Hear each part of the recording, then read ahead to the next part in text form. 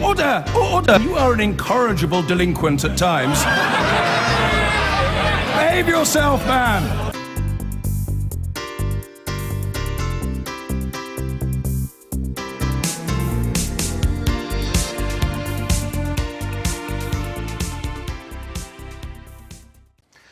Now, the Labour Party has a small problem, you knew that. This, though, is about their conference, which is next month. They don't have anyone to do the security. Policy editor Chris Cook is with me. Chris, this all starts with Labour saying we don't want to use G4S. We're boycotting them, and they've done it in the past. Well, that's right. So this whole dispute starts with a slightly unusual meeting last year of the Labour National Executive Committee, where they decided they wouldn't use G4S, a long-standing security partner, to do security at their conference, which is quite a big operation. If you've never been to a conference before, there are lots of scanners and people everywhere. This was unusual for a few reasons. First, it was because, as you say, G4S were invested in Israel. Labour doesn't actually have a position of being against companies that do that. It's not a pro-boycotting party, but nonetheless, the NEC on this case decided it would do it. It was also slightly unusual because G4S had already announced they were actually going to pull out of Israel. So having used them for many years, when they were investing in Israel, they then slightly peculiar timing.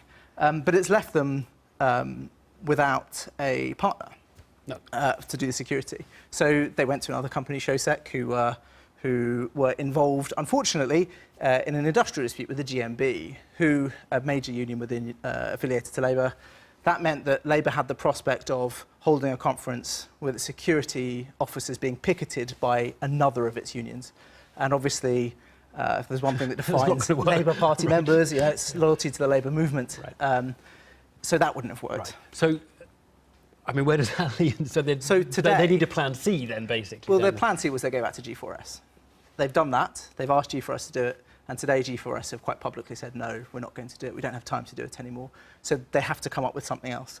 Plan D, we'll call it. I mean, it's likely that given the enormous political embarrassment of a party that's unable to put on its own conference, given the fact that the Labour Party's got quite a lot of money at the moment, not least from the leadership contest, it's quite likely they'll come up with some sort of solution. It'd be unimaginable for a party to be unable to hold its own conference. But it's the latest example of things not going right for the Labour Party. When it rains, it pours in politics. Yeah. Chris, thank you very much.